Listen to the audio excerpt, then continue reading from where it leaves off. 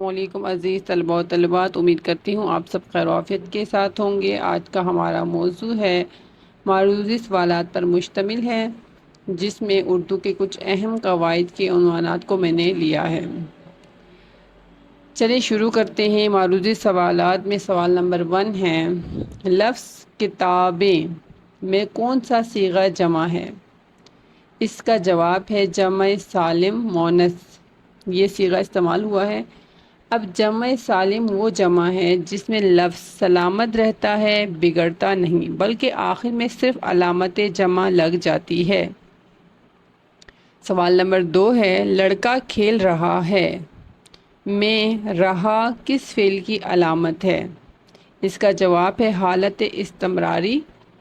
حالت استمراری سے کیا مراد ہے؟ جب کسی جملے سے معلوم ہو کہ کوئی کام اس وقت ہو رہا ہے اور چل رہا ہے تو اسے حالت استمراری کہتے ہیں۔ سوال نمبر 3، ہم نے کھانا کھایا میں نے کیا ہے؟ اس میں جو میں نے کیا ہے؟ حالت فاعلی ہے۔ اس کے بعد آپ دیکھیں سوال نمبر 4، حسین تر میں تر کیا ہے؟ یہ لاحقہ تفصیل ہے۔ جب کسی صفت یا اسم کے آخر میں تر یا ترین لگایا جائے تاکہ اس میں برتری یا سبقت کا مفہوم پیدا ہو تو اسے لاحقہ تفصیل کہتے ہیں۔ سوال نمبر 5، وہ مدرسے میں پڑھ رہا ہے، اس میں مدرسے کس حالت میں ہے؟ حالت جر اسے کہا جاتا ہے۔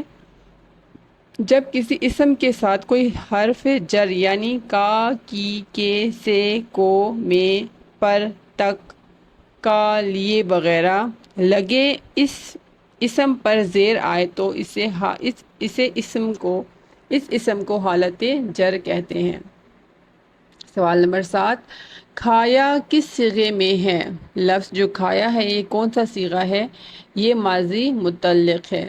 ایسا زمانہ جس میں کوئی کام مکمل طور پر ہو چکا ہو اور اس کا تعلق صرف ماضی سے ہو تو اسے ماضی متعلق کہتے ہیں۔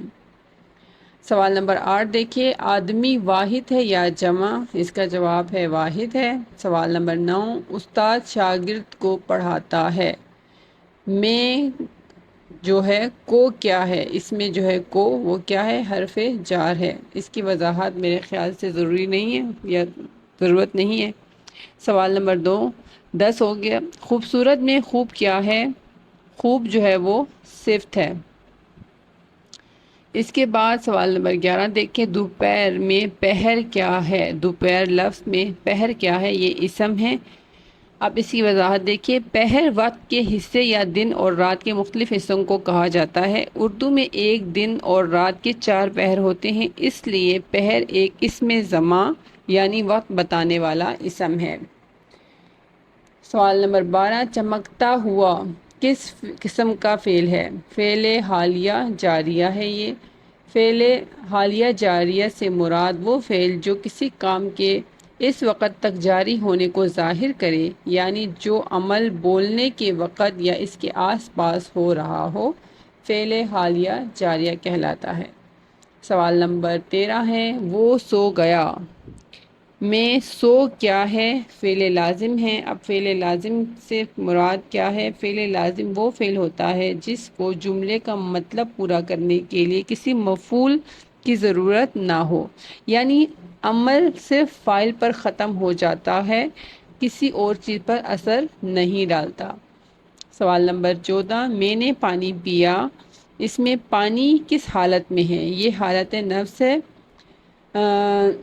حالت نصب ہے، یعنی جب اسم پر فعل کا اثر پڑے تو وہ حالت نصب میں آ جاتا ہے۔ یعنی اس میں آپ دیکھیں اسم پر فعل کا اثر واضح ہے تو اس کو ہم کیا کہیں گے؟ حالت نصب کہیں گے۔ 15، سوال نمبر 15 دیکھیں، کل کس کس طور پر آتا ہے؟ کل ظرف زمان اور ظرف مکان۔ ظرف زمان وہ ہوتا ہے جو کسی فعل کے وقت کو ظاہر کرے اور ظرف زمان وہ ہوتا ہے جو کسی فعل کی جگہ کو ظاہر کرے۔ تو اس کا جواب فعل زمان اور ظرف مکان، ظرف زمان اور ظرف مکان۔ 16 دیکھیں، کتاب کا جمع مکسر کیا ہے؟ اس کا کتب ہے، یعنی واحد کے حروف تبدیل نہیں ہوتے، صرف آخر میں کوئی اضافہ کر کے اسے جمع بنایا جاتا ہے۔